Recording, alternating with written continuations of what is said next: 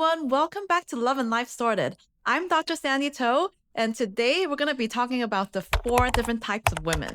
Okay, so it's worth doing a recap because over the last 9 episodes, we've already covered all of the 4 types, and a lot of you have expressed interests about the specific types, and it's worth doing a recap on this episode. Right. Okay, so first of all, the traditionalist type and the maximizer types, they are of a very similar nature. First of all, the traditionalists, like their goal is marriage, their ultimate goal is marriage. And they also have economic goals. So they don't only want to get married, but they want to find a man who's a main breadwinner type. Okay, so after marriage, they're willing to cut back on their hours or, slow down in their careers or switch to part-time nature or even not work in order to bring up the children and to take care of the household. But that is on the condition that their husbands are main breadwinners and they're bringing back the money. All right, so they're willing to play the domestic role if their husbands are going to be in the breadwinner roles. Okay, so traditional in that they're looking for traditional gender role arrangements within the house, and they're willing to play the domestic role if their husband is a breadwinner. All right, so the maximizers, they're very similar in nature as well because they have like marriage as an ultimate goal and economic goals as well. And it doesn't make, the fact that they're called maximizers, there may be a misinterpretation there. It doesn't mean that they're going to maximize their earnings, in their economic goals compared to the traditionalists. It doesn't mean that they want to maximize their gains from marriage and they need to marry like a super rich man. It doesn't mean that. Not in that sense that they're maximizers, but more in the sense that they're more proactive compared to their traditionalist peers. So both have marriage as an ultimate goal and fulfill economic goals in the marriage, except the traditionalists are less proactive in their strategies. So they say they want a breadwinner husband, but they usually they've either met them at work or at school, or they've fallen upon them somehow, or they've somehow miraculously, very very fortunately, they were introduced to someone like that without their strategizing a lot about it, right? So yeah, so that's lucky for them.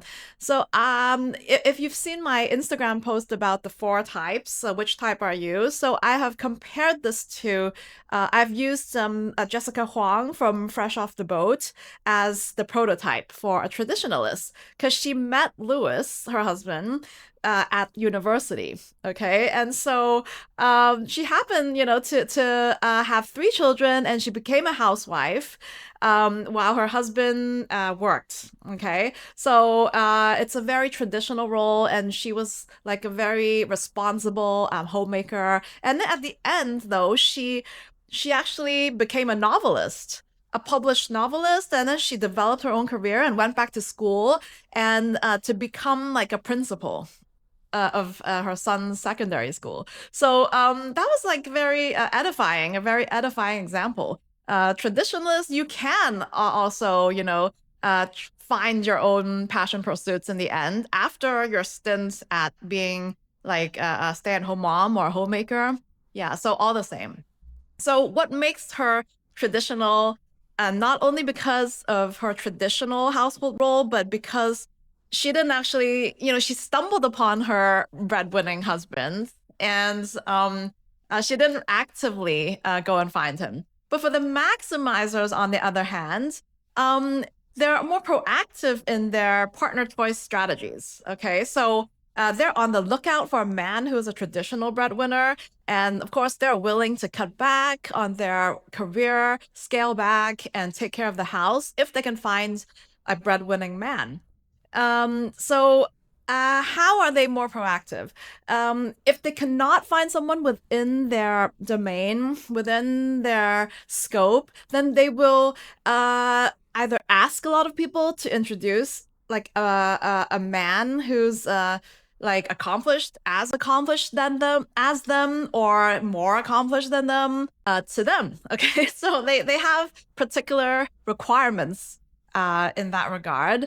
They will ask around and they will think outside the box. Yeah, so they will date. They're willing to date outside the box in that they might be willing to go into cross-cultural relationships. They might date men of a different nationality, of a different ethnicity, so long as they fit their requirement that they're traditional breadwinner types and as high achieving as them in economic status, economic criteria, right? So it doesn't matter the nature of their ethnicity. They're willing to like date outside the box if they can't find a man within their own ethnicity. Okay, so yeah, cross-cultural relationships is totally like within it is totally what they would pursue to find equally achieving man. Okay, so another thing is that like maximizers, because of their economic goals in mind in marriage, they're willing to date men who are older because they have more life experience and have accumulated more wealth probably and more there's more security, more job, like more financial security in the relationship and stability because these men are like dependable financially. So they're willing to date older men as long as they fulfill their economic criteria. Okay, even like divorced men, widowed men, yeah, like dating outside the box is their area. Okay, so being like strategic and like to maximize their chances is what it means to be a maximizer. So in my prototypes, in Instagram, I have allocated this as Amy March in Little Women. Well, compared to her other sisters, so actually, if I were to do like a prototype comparison within Little Women, that could be done the same too, because like one of her sisters, the eldest one is a traditionalist. She stumbled upon like a relationship with a man who's a breadwinner. Like she's not leading a very luxurious lifestyle, but like they're getting by, and she takes care of the kids. So it's like a very traditional household arrangements. Okay. And while her sister Jo March, is actually more of an innovator. We'll get to that later. But because she, marriage was not her intention in the first place, and she refused the proposal from Laurie, from the guy that eventually Amy snapped up. So yeah, Amy, the little sister, is the maximizer because Laurie is really well off. Okay, so Laurie is rich, and she has always liked the creature comforts and has always had her eye on the like luxurious lifestyle. And she went to Europe to pursue her like artist career, and she's like romantic and like very like sensual, like very opulent, like that's the thing for her. So Amy is proactive in pursuing the lifestyle that she wants. So that makes her a maximizer.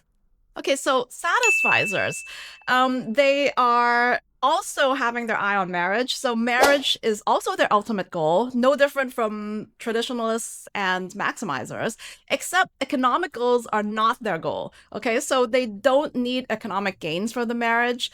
As last episode, we talked about like women breadwinners, right? So they're the women breadwinners in the marriage, and they have actually actively negotiated that for themselves because they have an especially high expectation for egalitarianism within the marriage. So they are not okay with assuming traditional household roles.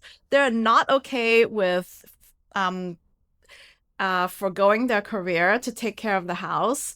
And they're not okay with doing the bulk of the domestic chores. Okay, so they're non-traditional women in that sense. They're like really assertive and really high-powered, and they would rather develop their careers, and they're not going to put that aside for family life. Okay, so that is why they have deliberately chosen a man who's not a traditional breadwinner. So they're sort of taking up the breadwinner role or the main earner role, while their husbands are the ones who are like more laid back and they're the ones who's taking more care of the house.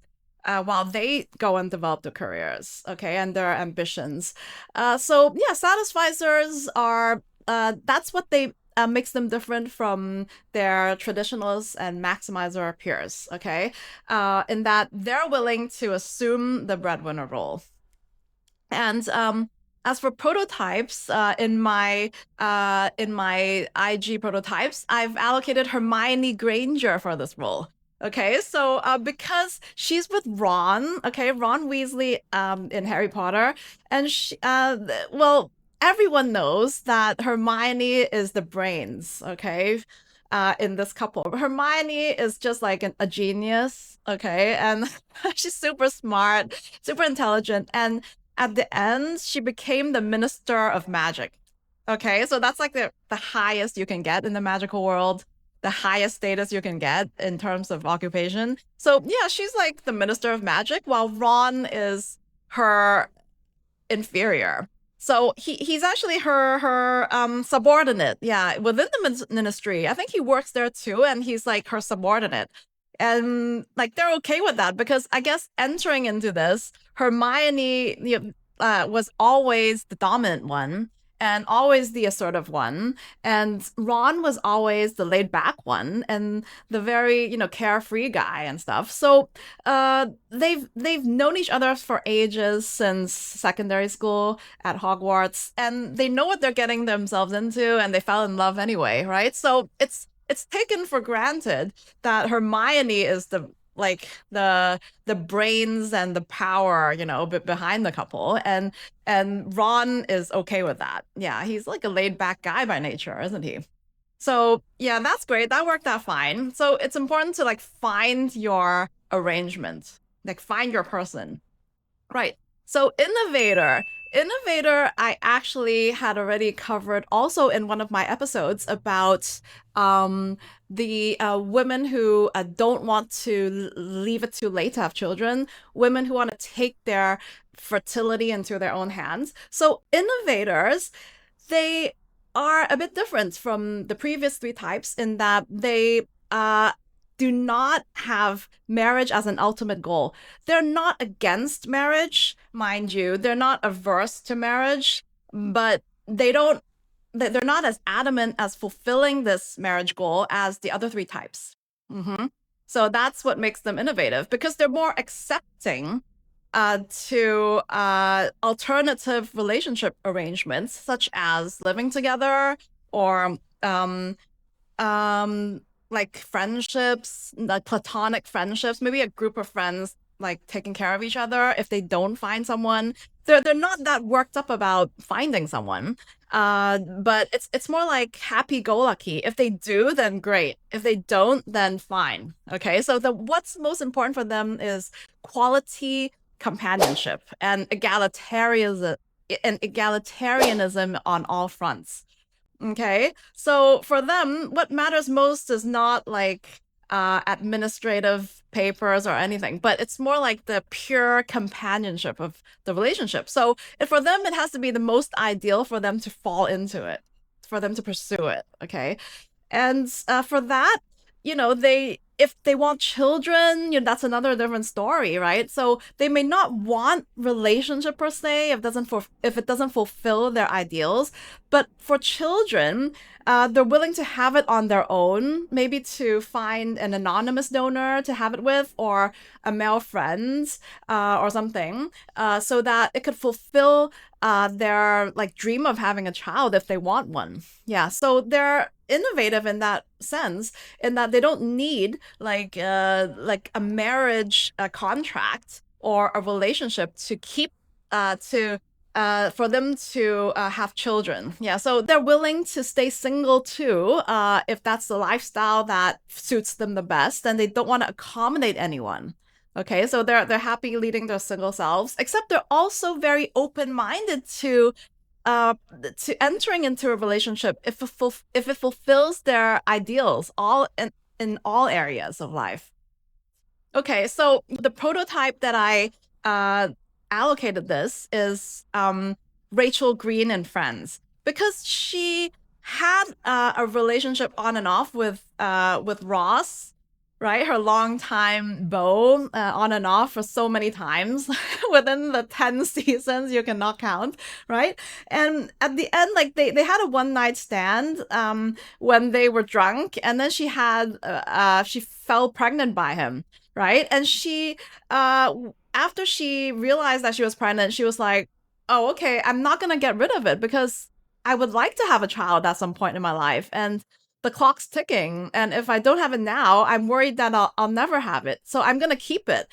And I don't mind raising it on my own. I don't need to be in a relationship with Ross to have it, right? So I have my village of friends, right? So the friends, obviously. I have my village to help me, and I don't need like one person or one marriage partner to help me with that, right? So she's willing to have it on her own and raise it on her own as a single mom.